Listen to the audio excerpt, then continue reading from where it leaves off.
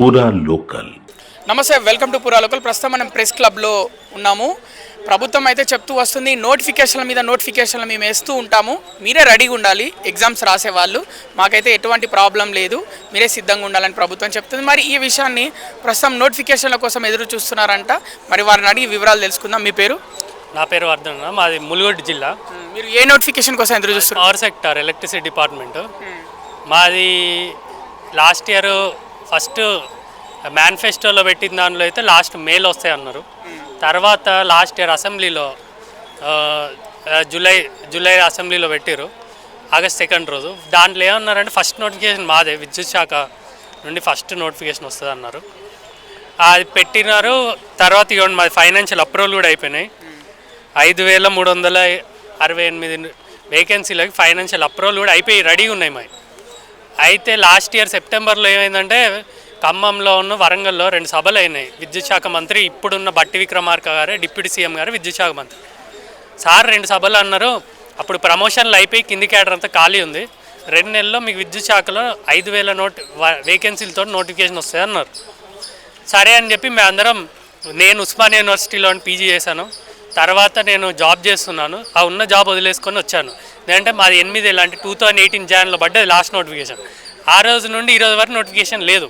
So మాది వస్తుంది అనగానే నేను జాబ్ మానేసి, ఎలక్ట్రిసిటీ డిపార్ట్మెంట్ పడుతున్నాయి అనగానే జాబ్ మానేసి వచ్చి, ఎందుకంటే స్వయాన్ డిప్యూటీ సీఎం గారు చెప్పారు కాబట్టి వస్తాయి అని చెప్పి మేము వచ్చి స్టార్ట్ చేసాం కోచింగ్.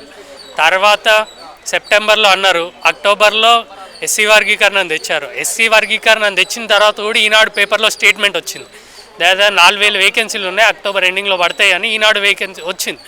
సో ఈనాడులో రాగానే మళ్ళీ అలానే కంటిన్యూ చేశాము. డిసెంబర్లో కూడా బట్టి విక్రమార్క గారు వాళ్ళ పలు సందర్భాల్లో చెప్పారు నోటిఫికేషన్ రెడీగా ఉన్నాయి, వస్తాయని. మేము నవంబర్ 21 రోజు గాంధీ భవన్లో అపాయింట్మెంట్ ఇచ్చారు, కలిసాం.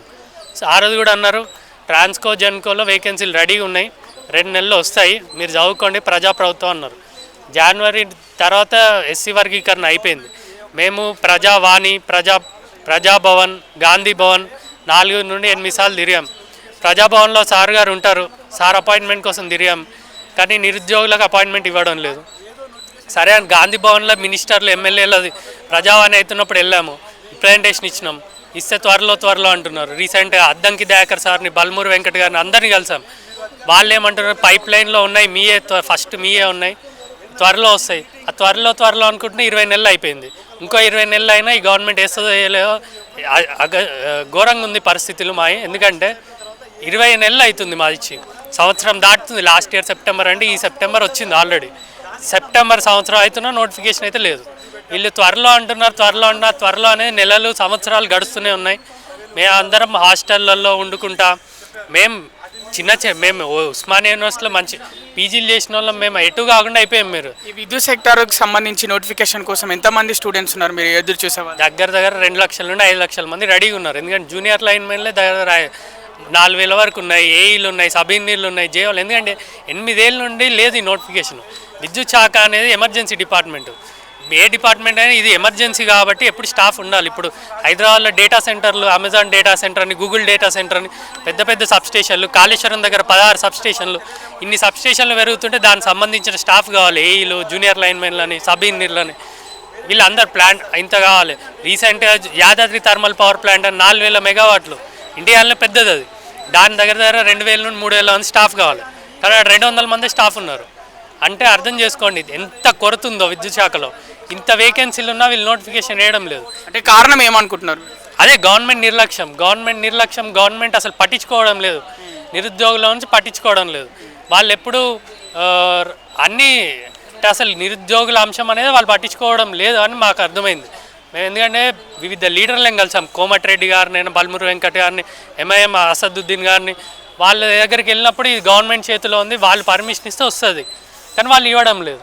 వాళ్ళు మాకు అపాయింట్మెంట్లు ఇవ్వట్లేదు. అసలు మేము వెళ్ళి కోరినా కూడా వాళ్ళ స్పందన కరువు అయిపోయింది.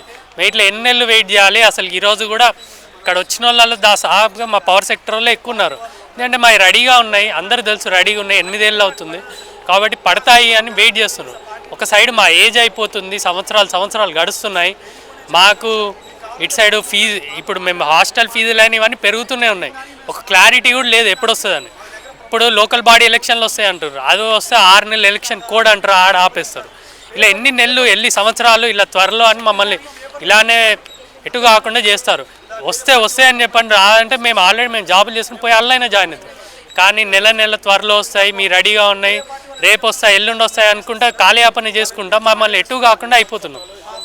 ఏజ్ గ్యాప్ వస్తున్న కొద్దీ ఏమైందంటే ప్రైవేట్ సెక్టార్లో కూడా ఈ గ్యాప్ ఇయర్స్ వల్ల అటు అవకాశాలు తగ్గుతున్నాయి, ఇటు రెడీగా ఉన్న ఇన్ని వేకెన్సీలు మళ్ళీ రావు. కాబట్టి మేము దీన్ని వదులుకోలేక మేము దీనికి వెయిట్ చేస్తున్నాం. ఇక్కడ చాలామంది అదే సిచ్యువేషన్లో ఎటు కాకుండా పరిస్థితిలో ఉన్నారు. రీసెంట్ అశోక్ నగర్ దిల్చునార్లు కూడా ఖాళీ చేసి ఇంటికి వెళ్తున్నారు. ఇందుకే అసలు నోటిఫికేషన్లు ఉన్నాయి కానీ గవర్నమెంట్ వేయడం లేదు. ఓకే, మరి భవిష్యత్ కార్యాచరణ ఏంటి నోటిఫికేషన్ మీరు అనుకున్న టైంకి రాకపోతే? కార్యాచరణ అంటే ఏం లేదు, మేము ఒకటే డిమాండ్ చేస్తున్నాం. మేము ఇలానే ఆల్రెడీ మొన్న నిరసనలు ధర్నాలు చేసాం. ఇప్పుడు మొన్న సెక్రటేరియట్ ముట్టడైనా, గాంధీ భవన్ ముట్టడైనా మేము ఎక్కడ వీలైతే అక్కడ నిరసనలు తెలుపుతూనే ఉన్నాం ఈ గవర్నమెంట్కి. మా నోటిఫికేషన్లు ఉన్నాయి వేయండి అని శాంతియుతంగానే తెలుపుతున్నాం. మళ్ళీ ఏం వైలేట్ చేయకుండా శాంతియుతంగానే ఎక్కడ పడితే అక్కడ. మేము ఇంకా ఫ్యూచర్లో కూడా ఇంతే, ఇంకా లేట్ అయితే కంపల్సరీ లోకల్ బాడీ ఎలక్షన్లో అయినా తర్వాత వచ్చే ఏ ఎలక్షన్లో అయినా దీని ఇంపాక్ట్ కంపల్సరీ ఉంటుంది, నిరుద్యోగుల ఇంపాక్ట్ ఉంటుంది.